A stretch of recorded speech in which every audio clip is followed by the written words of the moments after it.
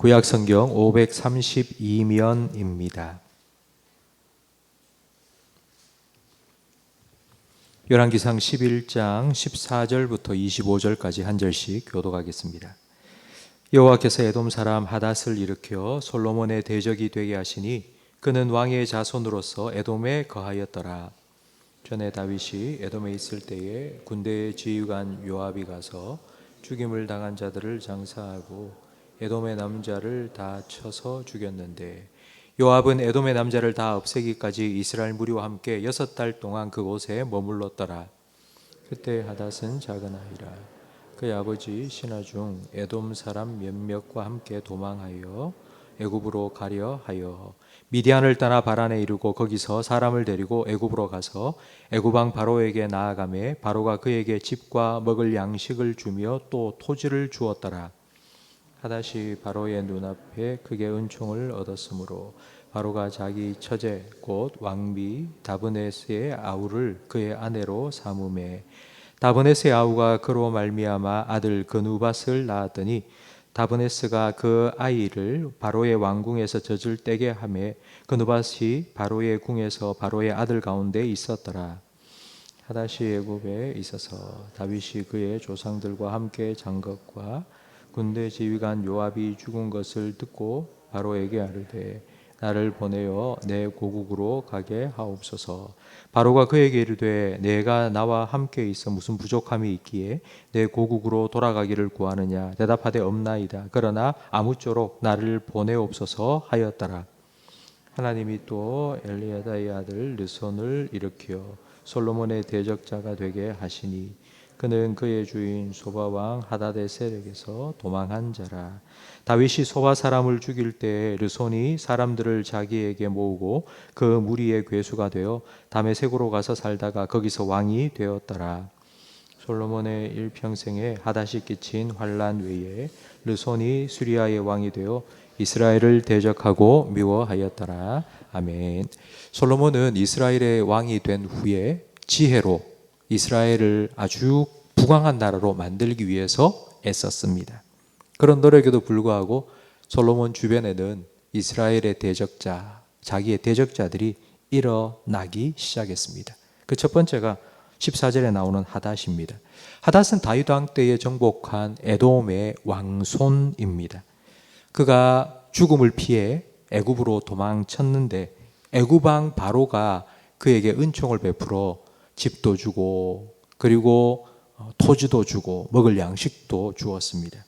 그리고 바로는 하닷에게 자기 처제를 주어 아내로 삼게 했습니다. 하닷은 바로 왕과 함께 애굽에서 아무런 불편함이 없이 편안하게 살 수 있었지만 자기 가족의 원수를 갚기 위해서 이스라엘의 대적이 되기 위해서 그 모든 걸 다 포기하고 다시 돌아온 것입니다. 그리고 23절에 보니 또 다른 대적이 나오는데 르손입니다. 르손도 다윗이 정복했던 소바 나라의 사람으로서 솔로몬 왕 때에 세력을 규합해서 대적이 되었습니다. 하닷의 에돔은 이스라엘 남쪽이고 그리고 르손의 수리아는 북쪽입니다. 그러니까 이스라엘의 위아래에서 대적들이 일어나 솔로몬을 괴롭힌 것입니다. 그동안 이들이 잠잠히 있었습니다. 하나님께서 그들을 문제거리가 되지 않도록 이게 덮어두고 있었기 때문인데요. 그러나 지금은 하나님께서 오히려 그들을 일으켜 솔로몬의 대적이 되게 하셨습니다. 왜일까요? 왜 하나님께서는 솔로몬의 대적들을 사방에서 일으키신 걸까요? 사무엘하 7장에 보면 하나님께서 자기를 위해서 집을 세우겠다 하신 다윗에게 약속을 주셨습니다. 내가 너를 위해 너의 집을 세우겠다 하시면서 다윗의 자손에 대한 약속을 주셨습니다. 내가 그에게 아버지가 되고 그는 내게 아들이 되리니 그가 만일 죄를 범하면 내가 사람 막대기와 인생 채찍으로 징계하려니와 내가 내 앞에서 물러나게 한 사울에게서 내 은총을 빼앗은 것처럼 그에게는 빼앗지 아니하리라. 다윗의 자손이 범죄할 때에 하나님께서는 사울 왕에게서 왕위를 빼앗은 것처럼 하지 않고 사람 막대기와 인생 채찍을 들어 징계하겠다고 약속하셨습니다.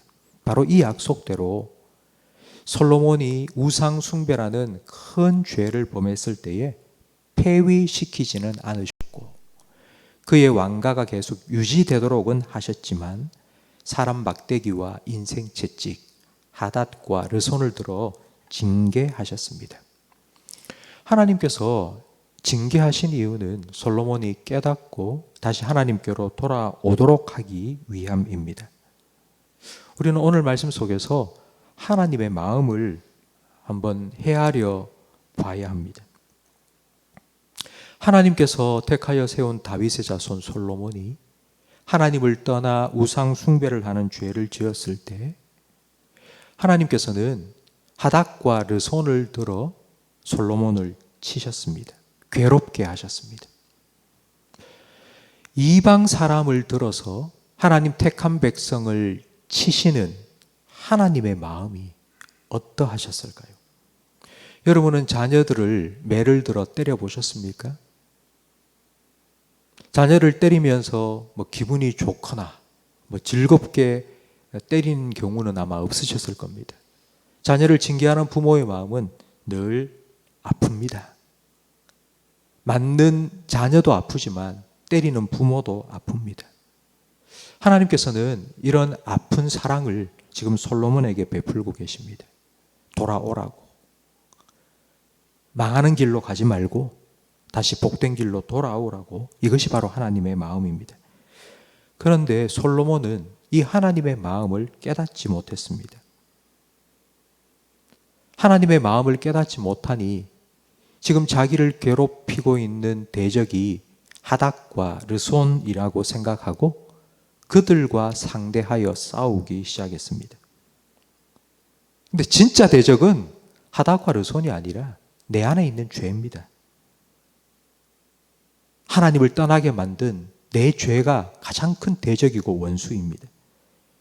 죄를 미워해야 되는데 하닷을 미워했고 죄와 싸워야 되는데 르손과 싸웠습니다.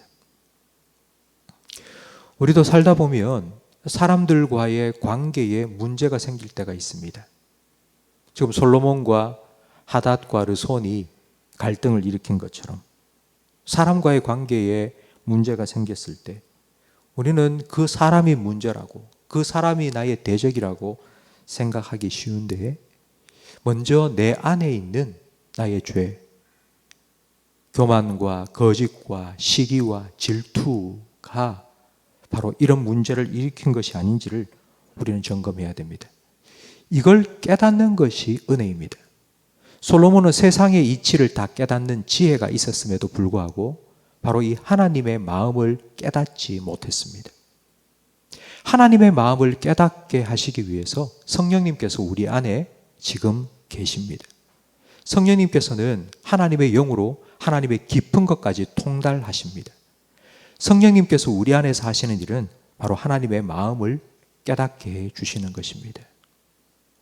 성도 여러분, 여러분이 혹시라도 사람과의 관계 속에서 어떤 문제가 생겼다면 여러분 점검해 보십시오. 그 문제가 생긴 것이 그 사람의 잘못이 아니라 혹시 내 잘못 때문은 아닌가? 내 안에 하나님께서 싫어하시는 죄가 있는 건 아닌가? 하나님께서 그것을 깨닫게 하기 위해서 사람 막대기와 인생 채찍으로 사용하시는 건 아닌지. 그리하여서 그 깨닫는 은혜를 날마다 구하고 깨닫는 은혜를 힘입어 덧입어서 날마다 하나님과의 관계를 잘 유지하고 하나님 주시는 은혜와 복을 누리며 살아가시는 우리 모든 성도님들이 되시기를 주님의 이름으로 축복합니다. 기도하겠습니다. 하나님 아버지, 오늘 말씀을 통하여 하나님 아버지의 마음을 깨닫게 해 주셔서 감사합니다. 우리가 날마다 이 깨닫는 은혜를 힘입어 살아가기를 원하오니 주님, 성령으로 말미암아 우리 마음속에 하나님 아버지의 마음을 더 깊이 알아가게 해 주시옵소서.